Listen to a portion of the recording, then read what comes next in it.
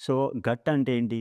మన పెద్ద పేగుకి గానీ, చిన్న పేగుకి గానీ, ఇంకొకటి స్టమక్. స్టమక్ అంటే డియోడినం, జిజినం, ఇలియం ఇవన్నీ ఉంటాయి గదా! స్టమక్.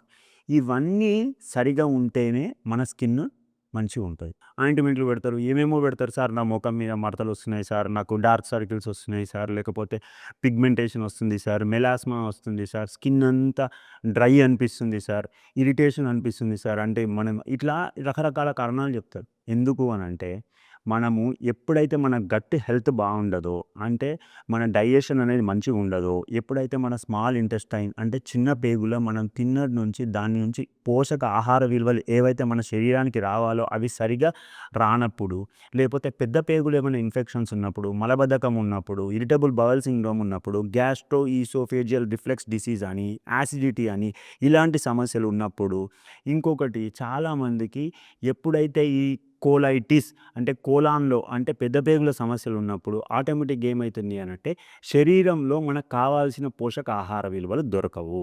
తద్వారా ఏమవుతుంది అనంటే ఈ మలబద్ధకం ఉండడం వల్ల ఆటోమేటిక్‌గా ఏదైతే మనకు ఎక్స్‌క్రీషన్ అంటే తిన్నది బయటికి పోవాల్సింది కరెక్ట్‌గా పోకపోవడము, ఇంకా రావాల్సింది కరెక్ట్‌గా రాకపోవడం వల్ల ఏమైతుంది ఆటోమేటిక్‌గా మనకి మొఖం మీద కనబడుతుంది.